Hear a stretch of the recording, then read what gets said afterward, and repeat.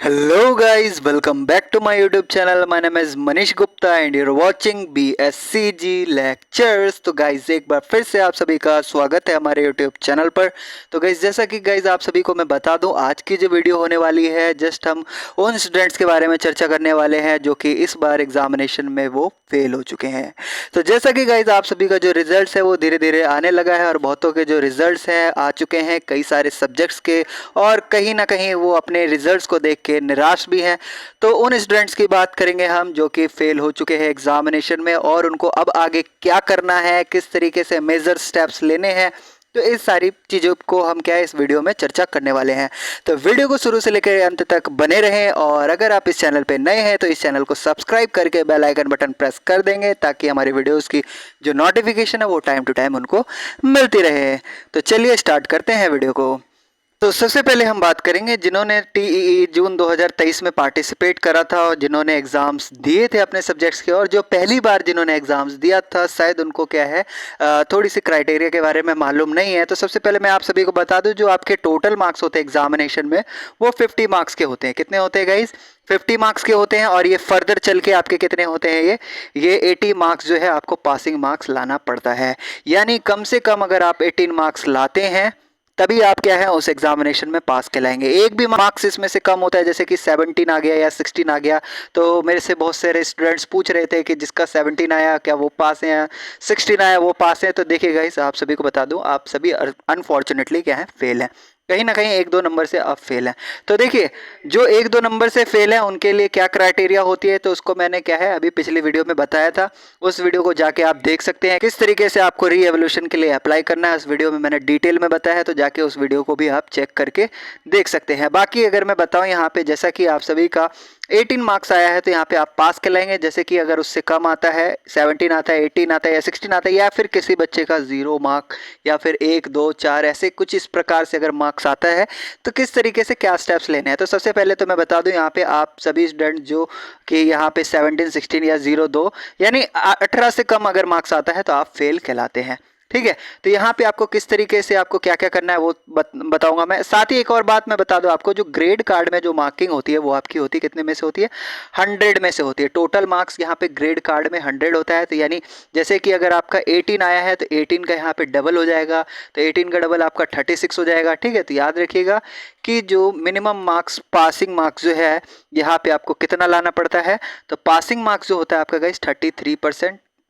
तो 33% अगर आप मार्क्स ले आते हैं, 33 आई थिंक 35 है, तो आप क्या कहलाएंगे? पास कहलाएंगे। तो याद रखिएगा, यहाँ पे आप कंफ्यूज मत होइएगा। ग्रेड कार्ड में आपका 100 में से होगा, और जो अभी अभी रिजल्ट आ रहे हैं वो आपके 50 में से ही यहाँ पे काउंट किए जा रहे हैं। ठीक है, तो यहाँ पे 18 वाले यहाँ पे पास कहलाएंगे। तो देखिए, फेल होने के बाद आपको क्या क्या क्राइटेरिया फॉलो करना है, तो इसके बारे में हम बात करते हैं। तो देखिए गाइस, सबसे पहला रीज़न यहाँ पे मैं बता दूँ, सबसे पहला रीज़न ये हो सकता है कि कहीं ना कहीं आपने लैक ऑफ स्टडी करी है, सही से आपने पढ़ाई नहीं करी है। और दूसरा रीज़न मैं यहाँ पे ये भी बता सकता हूँ, जब बच्चे क्या कर लेते हैं, एक्सेसिव स्टडी कर लेते हैं। एक्सेसिव कहने का मतलब है कि बहुत ज़्यादा चीज़ों के डेप्थ में चले जाते हैं और उनको मेन क्राइटेरिया जब होता है वो पता ही नहीं चलता, जिस कारण भी बच्चे क्या हो जाते हैं, फेल हो जाते हैं। तो दोनों चीज़ों के बारे में हम बात करेंगे। लैक ऑफ स्टडी कहने का मतलब ये है कि कहीं ना कहीं बच्चों ने एग्जामिनेशन जब स्टार्ट होने वाले थे तभी उन्होंने पढ़ना स्टार्ट करा, जिस रीज़न के कारण भी बहुत से बच्चे फेल हुए हैं। देखिए, आपके अगर बेसिक कॉन्सेप्ट, मैं ये मानता हूँ कि अब कोई बच्चा जो है, स्टूडेंट है, बीएससीजी में फेल होता है, तो मेन रीज़न ये है कि उसके बेसिक कॉन्सेप्ट्स जो है वो कहीं ना कहीं क्लियर नहीं है। यानी 11 12 जो है कहीं ना कहीं उनका सही से हुआ नहीं था।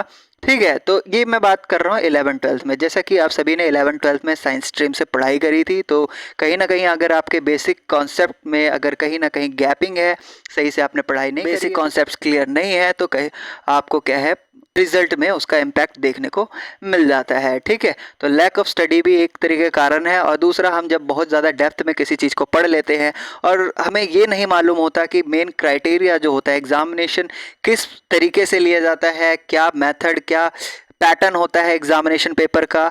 तो बच्चे बहुत से ऐसे भी थे जिन्हें कि पैटर्न का नॉलेज नहीं था, है ना। तो पैटर्न के नॉलेज ना होने के कारण भी एग्जामिनेशन पैटर्न किस तरीके से कंडक्ट कराया जाता है, इसका नॉलेज ना होने के कारण भी बहुत से बच्चों का मार्क्स बहुत से बच्चों का जो मार्क्स है वो सही नहीं आया। तो इस बार आपको ये करना है कि पैटर्न जो है एग्जामिनेशन के फॉलो करने के लिए आपको क्या करना है, आपको प्रीवियस ईयर के question paper solve time to time करते रहने हैं, ठीक है। और आपको अगर प्रीवियस ईयर क्वेश्चन के है ना, PYQ मैं लिख देता हूँ यहाँ पे, ठीक है, इसको आपको क्या है सॉल्व करते रहने हैं। अगर आप ये ज़्यादा से ज़्यादा सॉल्व करके चलते हैं देन आपका जो है यहाँ पे मे बी पास होने के जो चांसेस होंगे वो बहुत ज़्यादा होंगे, ठीक है। तो ये आपको प्रीवियस ईयर क्वेश्चन पेपर्स के वीडियोस कहाँ मिलेंगे, तो देखिए आपको कुछ नहीं करना, आपको हमारे चैनल पे जाना है। चैनल पे आप जाएंगे, बहुत सारी प्लेलिस्ट मैंने बना रखी है, यहाँ पे मैं दिखा देता हूँ। जैसे ही आप हमारे चैनल के प्लेलिस्ट पे आते हैं तो यहाँ पे मैंने बहुत सारी प्लेलिस्ट बना ली है, ठीक है। तो यहाँ पे आप जाएंगे तो प्रीवियस ईयर क्वेश्चन पेपर का आपको क्या है यहाँ पे मिल जाएगा, तो इस चीज़ को आप जाके देख सकते हैं और काफ़ी ज़्यादा हेल्पफुल है, तो उसको भी एक बार कर लीजिएगा। बाकी अगर मैं बात करूं, अगर आपका बेसिक्स क्लियर नहीं है तो बेसिक्स को आपको अपने सुधारना पड़ेगा, ठीक है। बेसिक्स क्लियर करने के लिए सिंपली मैं यही कहूँगा कि आप चीज़ों को ज़्यादा से ज़्यादा प्रैक्टिस करिए और ज़्यादा तो बेसिक्स क्लियर करने के लिए आपको क्या है थोड़ा बहुत जो है प्रीवियस टॉपिक्स को एक बार देखना होगा और अच्छे से पढ़ना होगा। बाकी मैंने बहुत सारे लेक्चर्स वगैरह बना रखे, आप उनको भी जाके वॉच कर सकते हैं। फेल है, ठीक है, और फेल है अगर उसके मार्क्स क्या है 18 के बहुत ज़्यादा क्लोजर है। क्लोजर कहने का मतलब क्या है, राउंड ऑफ में आए हैं, यानी अगर मैं कहूँ 17 आए हैं या 16 आए हैं तो मे भी चांसेस हो सकता है री एवोल्यूशन के बाद उनके जो मार्क्स हैं वो क्या हो जाए, इंक्रीज हो जाए, ठीक है। लेकिन वहाँ पे मैं एक और आपको सजेस्ट करूँगा, एक बात और सजेस्ट करूँगा, जैसा कि बहुत से बच्चों के मार्क्स जो होते हैं कहीं ना कहीं क्या हो जाते हैं 0 या फिर 1 या फिर 2 या फिर 4 5 जैसे कुछ मार्क्स वगैरह भी दे दिया करते हैं। तो उन बच्चों को मैं ये कहूँगा, मुझे मालूम है कि हो सकता है कि आपने मेहनत करी होगी, पेजेस लिखे भी होंगे, लेकिन कई बार क्या होती है वहाँ से भी प्रॉब्लम होती है। आपके जो स्टडी सेंटर है, जो आपके एग्जामिनेशन सेंटर है, वहाँ पे कहीं ना कहीं चेकिंग की प्रॉब्लम हुई है। और देखिए मैं कहूँगा, यही कहूँगा कि अगर आप खुद से बहुत ज़्यादा सेटिस्फाई मतलब बहुत ज़्यादा श्योर हैं तभी आप क्या है रीएवोल्यूशन के लिए अप्लाई करिएगा। बाकी इतने कम नंबर आने पे मैं आपको मना करूंगा कि आप रीएवोल्यूशन के लिए अप्लाई ना करें। अगर 0 2 4 या 5 नंबर आए हैं तो इसके लिए आप रीएवोल्यूशन के लिए अप्लाई मत करिए, आप वेट करिए नेक्स्ट सेशन का। जैसे कि अगला नेक्स्ट सेशन आपका दिसंबर 2023 में आपका एग्जामिनेशन होने वाला है। तो इस एग्जामिनेशन सेशन के लिए आप क्या कर सकते हैं, एग्जामिनेशन फॉर्म फिल कर सकते हैं, ठीक है। आप इस सेशन में आप अपने जो बैक वाले जो सब्जेक्ट्स हैं उनको क्लियर कर सकते हैं, ठीक है। तो कोई बड़ी बात नहीं है, बैक आना कोई ऐसा होता रहता है। आमतौर पर हमने देखा है कि ज़्यादातर जो फर्स्ट ईयर के स्टूडेंट होते हैं उनको कहीं ना कहीं बैक का सामना करना पड़ता है ना। तो ये सारी चीज़ें नॉर्मल बातें हैं, तो इसको ज़्यादा लेके कंसर्न मत रहिए। बाकी मैं यही कहूँगा कि अभी भी अगर आपके अंदर किसी भी तरह की कमी है, कहीं भी आपको प्रॉब्लम नज़र आ रहा है, तो आपको ये जो 4-5 चीज़ें जो मैंने बताई हैं, सुझाई हैं, इनको क्या करना है, आपको कहीं ना कहीं इन पे ध्यान देना होगा। लैक ऑफ स्टडी को आपको क्लियर करना होगा, जो बेसिक्स हैं उनको क्लियर करना।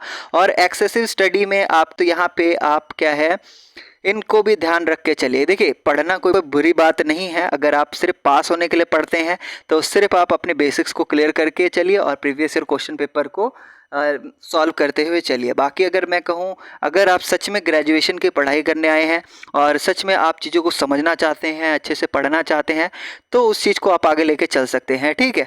तो वैसे मेरे अकॉर्डिंग तो चलना भी चाहिए, आपको सारी चीज़ें जो है डेप्थ में पढ़नी चाहिए, बट यहाँ पे आपको मैसअप नहीं करना है।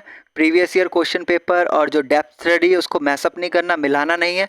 आपको ये दोनों क्या है पैरेलल में लेके चलना है, ठीक है। साथ साथ अभी से सॉल्व करने स्टार्ट कर देने चाहिए जिन जिनके फेलियर हुए हैं। बाकी मैं एक यूट्यूब पे पोल भी डालूंगा मैं, जिसमें कि रिज़ल्ट पता करने के लिए मैं एक तरीके से जानना चाहूँगा कि कितने बच्चे पास हुए हैं, कितने बच्चे उस सब्जेक्ट में फेल हुए हैं। इसके लिए मैं एक पोल डालूंगा, तो आप सभी पार्टिसिपेट भी करिएगा। तो वीडियो में बस लगभग इतना ही। आप क्या कर सकते हैं, मैंने आपके पास दोनों चॉइसेस रख दी है। आप क्या कर सकते हैं, फर्स्ट ऑफ ऑल आप रीएवोल्यूशन के लिए जा सकते हैं। दूसरी बात, अगर आप रीएवोल्यूशन के लिए नहीं जाना चाहते हैं, खुद से सेटिस्फाई नहीं है, तो आप क्या कर सकते हैं, आप अपने एग्ज़ामिनेशन को दोबारा से दे सकते हैं। आप अपने अपने कोर्स का फॉर्म दोबारा फिल कर सकते हैं TEE दिसंबर 2023 के लिए, ठीक है। तो उससे कोई फ़र्क नहीं पड़ता, आप दीजिए और एक बार अच्छे से पढ़ाई करके आप पास हुए। मेन आपका लास्ट ईयर पड़ता है, लास्ट ईयर में आपको सारे सब्जेक्ट्स क्लियर करने होते हैं। बाकी आप कितने भी बैक आते हैं उससे फ़र्क नहीं पड़ने वाला। हाँ, याद रखिए कि आपके जो पैसे वगैरह जो होते हैं वो कहीं ना कहीं वेस्ट चले जाते हैं, इसलिए मैं कहता हूँ जब भी आप फॉर्म भरिए एग्जामिनेशन फॉर्म, तो यहाँ पे आप ये ध्यान रख के चलिए कि आपका जो सब्जेक्ट है पूरी तरीके से आपको क्लियर है। अगर क्लियर नहीं है तो उसका एग्जामिनेशन फॉर्म मत भरा करिए, ठीक है, इस बात को ध्यान रखिएगा। ठीक है, लास्ट ईयर हमें सारे सब्जेक्ट क्लियर करने पड़ते हैं। तो वीडियो में बस इतना ही, बाकी इसके अलावा भी आप कुछ जानना चाहते हैं तो आप मुझे कमेंट सेक्शन में पूछ सकते हैं। बाकी इस वीडियो को पूरा अंत तक देखने के लिए आप सभी का बहुत बहुत धन्यवाद। तो मिलते हैं इसी वीडियो के नेक्स्ट वीडियो में, तब तक के लिए बाय बाय।